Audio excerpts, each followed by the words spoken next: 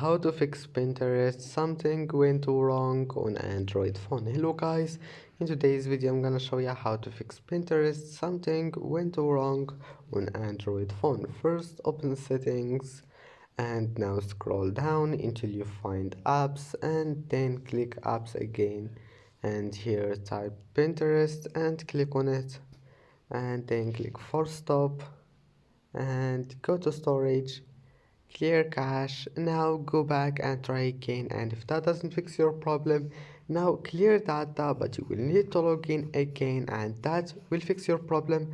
And that's it for today's video, and if that also doesn't fix it, go to Play Store and it's easy, just update your Pinterest.